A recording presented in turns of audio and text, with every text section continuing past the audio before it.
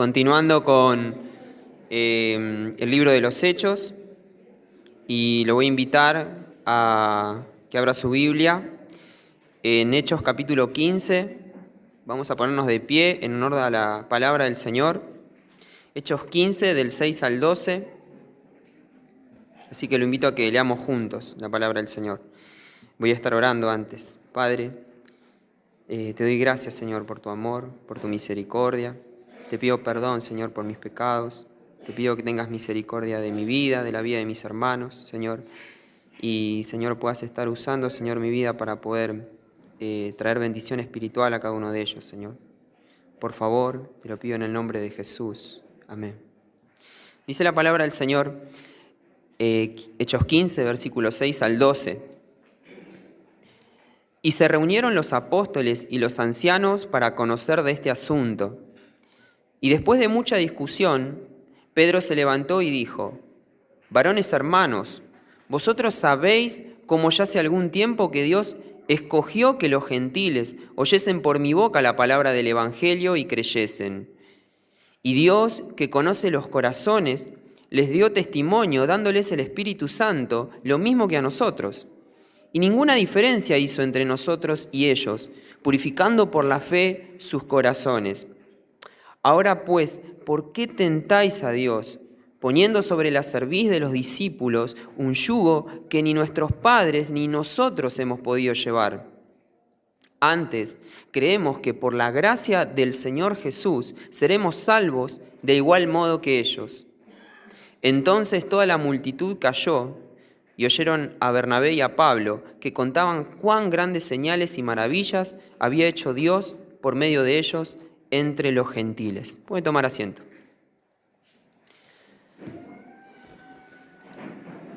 Para dar un contexto sobre el pasaje del día de hoy, voy a estar comentando que algo que ustedes ya, si han venido o han visto los videos anteriores, ya deben conocer. Durante el viaje misionero de Pablo y de Bernabé a esas distintas ciudades, Dios lo que estaba haciendo era salvando a personas que ni de cerca cumplían los rituales o las leyes judías, que no tenían absolutamente nada que ver, eran, como dice la Escritura, gentiles, personas no judías que no seguían estos rituales. Estas personas lo único que habían hecho era confiar en el Señor Jesucristo. Fue lo único que hicieron. Y Dios, al salvarlos, estaba demostrando que la salvación es solamente por la fe, sin las obras de la ley. Este es el verdadero evangelio.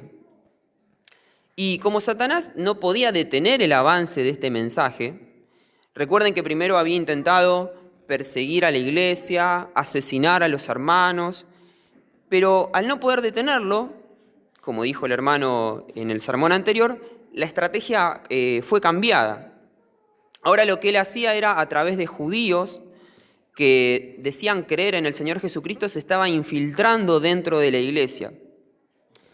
¿Con qué finalidad? Bueno, para difundir un evangelio que es parecido, pero es falso. Ellos decían, ¿no?, que el sacrificio de Cristo era importante, que era necesario creer en el sacrificio de Cristo, pero que además era necesario cumplir las leyes judías. Así fue como intentaban engañar a los gentiles de Antioquía, una iglesia que estaba compuesta mayormente por gentiles, diciéndoles que si ellos no se circuncidaban, la fe en Jesucristo era vana, que no tenía ningún tipo de sentido. Así que nuestros hermanos, para defender la sana doctrina de los ataques que estaba recibiendo, Pablo y Bernabé entonces convocan una reunión o piden una reunión en la iglesia madre, que es la iglesia de Jerusalén. Y lo que me gustaría compartir esta noche con ustedes es ver detrás de esta defensa que hacen los hermanos, poder observar algunos principios bíblicos. Yo enumeré 4 principios bíblicos y todos ellos están relacionados con la verdad de Dios. Así que si el Señor me ayuda y si nos ayuda a todos juntos, vamos a poder disfrutar de esta meditación. Así que son 4 principios bíblicos, todos relacionados con la verdad. En primer lugar, el rol de liderazgo en la defensa de la verdad. En segundo lugar, la forma correcta en que debemos defender la verdad. En tercer lugar, la causa por la cual a veces la verdad es atacada. Y por último, número 4, la gravedad de atacar la verdad. Así que vamos a empezar, lo invito a que usted vaya al verso número 6, al versículo número 6, y vamos a leer juntos. Dice: y se reunieron los apóstoles y los ancianos para conocer de este asunto. Y vemos aquí que el texto comienza diciendo que los que se reunieron para definir si la salvación era o no era solamente por la fe, era básicamente los líderes de la iglesia. La Escritura los menciona como ancianos. Y cuando hablamos de ancianos no tenemos que estar pensando, o no necesariamente hay que estar pensando en personas de la tercera edad, ¿no? Personas de edad avanzada. No necesariamente tenemos que estar pensando en eso, sino que el término se está refiriendo a hombres que eran maduros en la fe. O sea, personas que tenían un conocimiento doctrinal sólido y que además su vida era reflejo también de ese conocimiento, es decir, que tenían vidas íntegras, no solamente delante de los miembros de la iglesia, sino también delante de las personas inconversas, ¿no? La Escritura los nombra como irreprensibles, ¿sí? Obviamente no estamos hablando de vidas perfectas, porque solamente eso lo vamos a conseguir cuando tengamos cuerpos glorificados, pero sí una vida que se nota que está queriendo obedecer al Señor, que está luchando contra el pecado. Así que estas personas son las que han sido convocadas, y por otro lado también están los discípulos, los apóstoles, perdón. Eran ese grupo de personas que también, al igual que los anteriores, ¿sí? También una vida irreprensible, un conocimiento doctrinal sólido, pero que habían pertenecido al grupo de los 12, al grupo que había acompañado al Señor Jesús en su ministerio. ¿Por qué era necesario que estas personas intervinieran y definieran esta cuestión? Bueno, porque no podían ser personas que recién se iniciaran en la fe, justamente porque una persona que recién empieza a caminar en la fe, y le habrá pasado a todos los que estamos acá, o quizás hay algunos que han empezado recién, sabemos nosotros que a veces no tenemos el conocimiento bíblico sólido cuando empiezan a venir las herejías, ¿no? Cuando empiezan a cuestionar la fe. Así que por esta razón no podían ser personas que recién hayan iniciado el camino. Así lo dice Efesios capítulo 14, Efesios 4, capítulo 14. Dice que personas así pueden ser arrastradas por todo viento de doctrina, ¿sí? Entonces, por esa razón tenían que ser los líderes de la iglesia los que debatieran este tema. Y en segundo lugar, tenían que ser ellos los que debatieran esta cuestión, porque el tema que se estaba tratando era un tema sumamente importante, era un tema sumamente delicado. La doctrina que se estaba tratando es una doctrina que es esencial para la fe cristiana, o sea, es irreemplazable, y es la doctrina de la salvación solamente por la fe. ¿Por qué decimos que esta doctrina es importante? ¿Porque se nos ocurre a nosotros? No, sino porque la palabra de Dios testifica, por ejemplo, a través de Pablo, cuán importante es esta doctrina. Esto también se mencionó anteriormente, cuando Pablo le dice a los Gálatas que si viene una persona, si él mismo viniera, les dice él, si yo vengo a ustedes, o si viene inclusive un ángel del cielo y les trae un evangelio por obras, ustedes rechácenlo. ¿Sí? Esto es en Gálatas 1:8.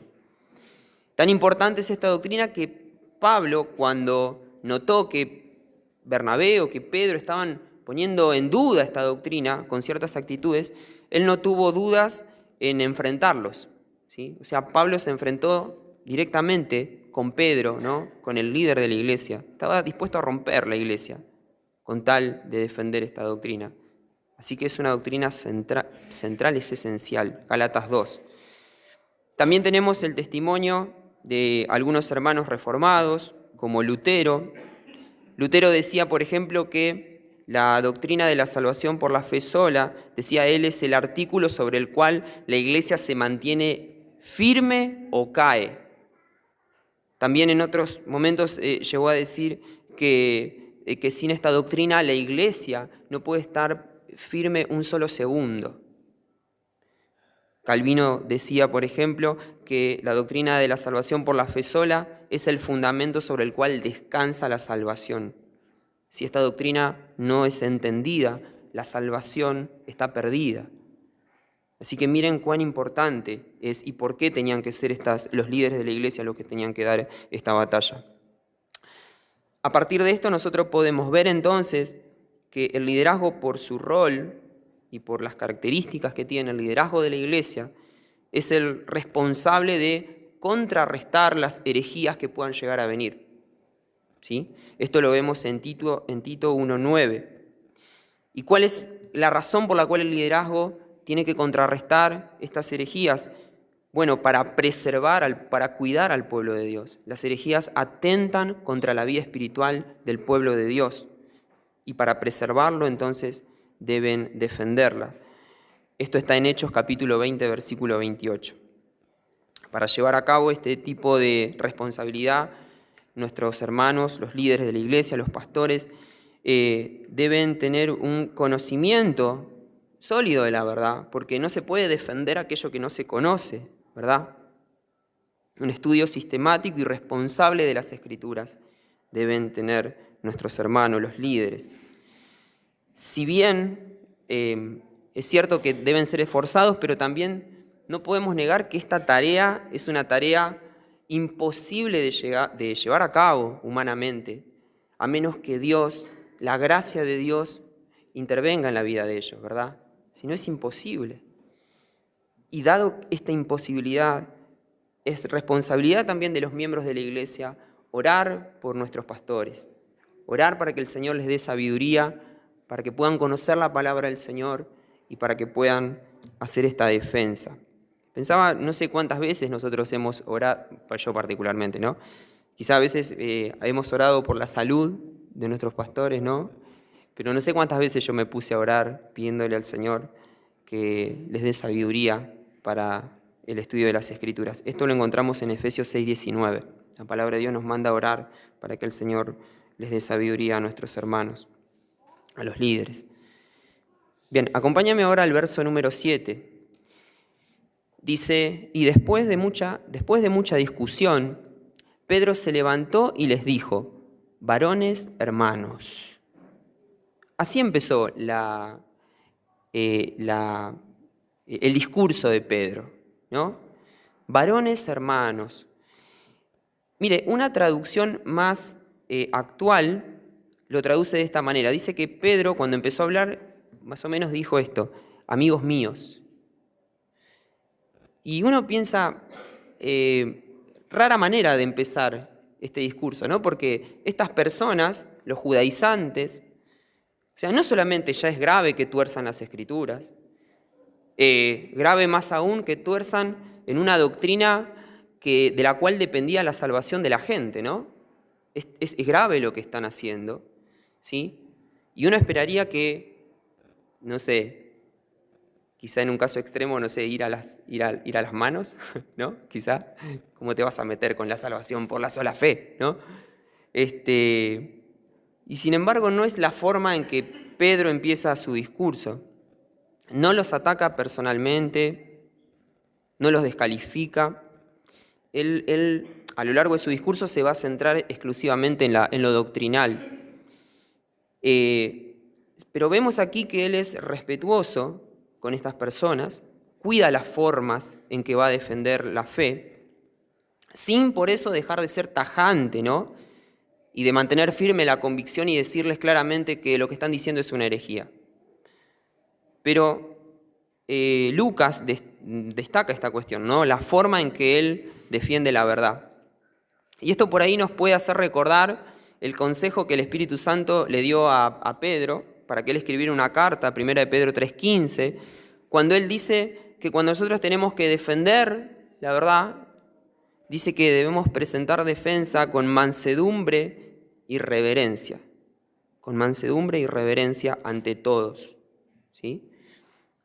Así que lo que el Señor se preocupa no solamente en que defendamos la verdad, sino que Él también se ocupa de decirnos cómo debemos hacerlo. No es algo que deja librado a nuestra consideración. Debes defender la verdad, debo defender la verdad, pero debemos hacerlo con humildad, con respeto, sin ceder a nuestras convicciones, ¿no? A las convicciones que el Señor nos da. Pero sí debemos hacerlo respetuosamente, debemos tener dominio propio, debemos enfocarnos en las verdades bíblicas a la hora de discutir y a la hora de defender la verdad. Esa es la forma que nos presenta su palabra. Y siguiendo con el verso 7, dice Pedro, sigue hablando, ¿no? Miren lo que les dice. Les dice, vosotros sabéis, como ya hace algún tiempo, que Dios escogió que los gentiles oyesen por mi boca la palabra del Evangelio y creyesen. Y Dios, que conoce los corazones, les dio testimonio, dándoles el Espíritu Santo, lo mismo que a nosotros. Y ninguna diferencia hizo entre nosotros y ellos, purificando por la fe sus corazones. Y las primeras palabras de Pedro, acá vamos a examinar un principio que era cuál es la causa por la cual se rechaza la verdad. Y Pedro empieza diciendo, vosotros sabéis, ustedes saben. Vemos entonces que la causa verdadera por la cual ellos no aceptaban la verdad no tenía que ver con una cuestión de comprensión. No es que ellos no entendían que la salvación era solamente por la fe. No es que era una doctrina muy difícil de entender, muy compleja. No, era una doctrina sencilla, fácil. Dios tenía que hacerla sencilla porque de esta doctrina dependía la salvación. Y como el Señor quiere que todos procedan al arrepentimiento y sean salvos, ese es el deseo del Señor, entonces la doctrina tenía que ser simple. Así que vosotros sabéis, le dice Pedro, ustedes saben, no lo ignoran. Ellos sabían, conocían esta doctrina. ¿Por qué? ¿Por qué podemos decir que ellos sabían que la salvación era solamente por la fe? Por dos razones. La primera razón por la cual esta gente no podía desconocer esta doctrina es justamente por su condición de judíos. Recuerdan que Dios al pueblo judío le había dado la ley y los profetas. Y la ley y los profetas gritaban a los cuatro vientos que el hombre es justificado por la fe. Siempre este ha sido el testimonio. Lo vemos, por ejemplo, en Génesis, cuando el Señor anuncia que de la descendencia de Abraham, esto es, a través del Mesías, no la nación judía, dice, todas las naciones recibirían la bendición de Dios. ¿Qué decían los profetas? Isaías, por ejemplo, decía que Dios iba a restaurar Israel por medio de Cristo. Decía eso, pero también decía que el Señor a través de, lo decía de esta forma Isaías, ¿no? Decía que a través de su luz salvífica, o sea que con su salvación, dice, iba a alumbrar a las naciones, en plural, a las naciones, hasta lo último de la tierra. Isaías 49:6. Y también Oseas decía que Dios iba a recibir y que iba a amar a un pueblo que no era suyo. Oseas 2:23. Y que inclusive iba a ser tan profundo el vínculo de amor con este pueblo que no era suyo, que los iba a adoptar como sus hijos. Oseas 1:10. Esta gente podía ser reconciliada con Dios solamente por confiar en Él, sin las obras judías, sin las leyes judías, porque el mismo Abraham había sido reconciliado con Dios de esta forma. Así lo dice Pablo en Romanos 4, que él fue salvado, él fue justificado por Dios, fue salvado antes de la circuncisión, antes de cumplir con el ritual. Él había sido salvado.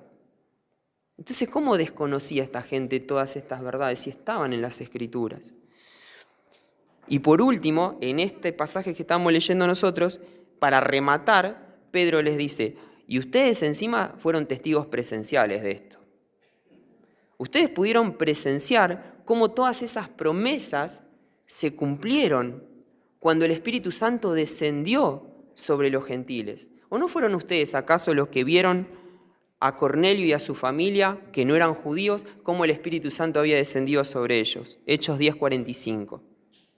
Vemos entonces, como lo dijimos recién, que no era un problema intelectual, de razón, sino era un problema del corazón. No es que ellos no entendían la verdad, es que ellos no querían aceptar la verdad. Y no querían hacerlo porque no amaban la verdad. No amaban la verdad. ¿Por qué? Porque el Señor Jesucristo lo explicó. Cuando esto pasa, cuando nosotros no queremos aceptar la verdad, no es porque no la entendemos, dice el Señor Jesús en Juan 3:19, sino que dice que la causa es que nuestro corazón ama más las tinieblas. Entonces, cuando amamos más las tinieblas, es imposible que podamos aceptar la verdad de Dios. Es imposible. No se puede. De manera que nosotros, para poder aceptar la verdad de Dios, ¿sí?, para poder obedecer su verdad, ¿qué tiene que pasar primero en nosotros? Tenemos que amar la verdad. Pero para amar la verdad necesitamos un corazón nuevo, con nuevos deseos. Un corazón nuevo que Dios nos dé es el único que puede amar su verdad, su voluntad. Así que si nosotros queremos obedecer la voluntad de Dios sin amar su verdad, es imposible. Necesitamos que Dios nos dé un nuevo corazón. Eso es lo que necesitamos. Y es lo que necesitaban ellos también. Y acompáñeme ahora a los últimos 2 versículos que voy a tocar, el 10 y el 11. Dice, ahora pues, ¿por qué tentáis a Dios? Le sigue diciendo Pedro a los judaizantes, ¿por qué tentáis a Dios poniendo sobre la cerviz de los discípulos un yugo que ni nuestros padres ni nosotros hemos podido llevar? Antes creemos que por la gracia del Señor Jesús seremos salvos de igual modo que ellos. Y aquí tocamos el último punto. ¿Cuán peligroso es atacar la verdad de Dios? ¿Cuán peligroso es? Pedro empieza su declaración condenando la actitud judaizante, diciendo que es grave, que es sumamente grave, ahora lo vamos a ver, diciendo también que esto de poner mandamientos de hombres, dice que esto es inútil para la salvación. Y por último termina mostrándonos cuál es el único medio para alcanzar salvación. La actitud judaizante de estas personas ¿qué buscaba hacer? Buscaba cargar a la gente con requisitos que eran inútiles para la salvación. A esta forma de actuar nosotros lo conocemos como legalismo.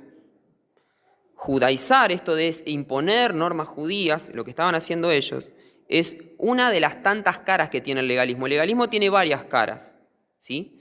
Una de esas caras es esta, es poner leyes que Dios no mandó. Pedro dice que esto no es un asunto menor. Mire, yo pensaba en esto, si jugáramos por un momento a ser abogados de estos judaizantes, uno podría decir, bueno, pero ¿qué tiene? Que cumplan algunas leyes. ¿Qué tiene de malo? Que por ahí, bueno, son un poco exagerados, pero bueno, por las dudas, impongamos algunas leyes, quizá de última a Dios le parece bien. Quizás si ponemos más mandamientos, quizás Dios va a decir, mirá, cómo aman mi ley, ¿no? Pero no. Pedro nos dice que Dios veía esto con una total desaprobación. Donde ellos quizás veían celo, Dios repugnaba esta actitud. Era repugnante para Dios. Dios lo interpretaba como una tentación. Así lo dijo Pedro. Dijo, ahora pues, ¿por qué tentáis a Dios? ¿Por qué tentáis a Dios? La palabra tentar nos muestra a nosotros cuán grave es esta actitud. Lo vemos, por ejemplo, que esta misma palabra es la que Pablo utiliza en 1 Corintios capítulo 10, versículo 9, cuando aconseja y dice, ojo, no tienten al Señor. No tienten al Señor para no ser destruidos. Cuidado porque tentar al Señor, desafiar al Señor es algo peligroso. Y es también las mismas palabras que usó Pedro cuando explicó por qué murieron Ananías y Zafira. Y él dijo que murieron porque habían tentado al Espíritu Santo. Así que vemos que la palabra que escoge Pedro para decir esto está mostrando que esto es peligroso. que es muy peligroso, que el legalismo es algo peligroso. Pedro continúa contradiciendo a los judíos que defendían el cumplimiento de las leyes para completar la salvación. ¿Qué dice ahora? Él dice que la ley es inútil para salvar. La ley, dice él, es un yugo, o sea, una carga que se pone sobre los hombros, y dice que esa carga, o sea, que buscar la salvación por medio de las obras, ¿sí?, por medio de la obediencia a la ley, dice que es una carga imposible de llevar, que ni siquiera los judíos lo pudieron hacer. Es como si él dijera, ¿ustedes quieren que los gentiles consigan la paz con Dios obedeciendo las leyes? ¿Obedeciendo las ordenanzas de la ley? No seamos hipócritas, porque ni nosotros mismos lo hemos podido lograr. Algo así está diciendo Pedro. Al afirmar esto, Pedro nos está diciendo que cualquiera que busque tener paz con Dios por medio del cumplimiento de la ley, debe saber que no lo va a poder hacer. Cualquiera que quiera buscar paz con Dios cumpliendo las leyes no va a conseguir paz de ninguna manera. ¿Por qué? Porque la ley nunca fue una herramienta para reconciliación. La ley lo único que hace es mostrar nuestro pecado. La ley lo que hace es diagnostica, nos da un diagnóstico, nos dice, vos estás así delante de Dios. Sos un pecador, mereces la condenación. Eso es lo que hace la ley. La ley lo único que hace es diagnosticar, pero no nos sana. Lo único que nos sana, dice Pedro al final, dice él, es la gracia de Cristo. Es el sacrificio de Cristo. Eso es lo que trae reconciliación con Dios. Así que una aplicación para nosotros sobre esta parte. Debemos evitar entonces poner cargas antibíblicas sobre otras personas o sobre nosotros mismos, por más que estén bien intencionadas. Si Dios no manda a hacer algo, no te cargues vos con esas leyes y no cargues a otros tampoco de esa manera. Si nosotros hacemos esto, lo que estamos haciendo es estamos despreciando el consejo de Dios. Y estamos diciendo entonces de esta manera que la palabra de Dios es insuficiente. Porque si nosotros tenemos que cargar a la gente con mandamientos de hombres, estamos diciendo que la palabra de Dios es insuficiente.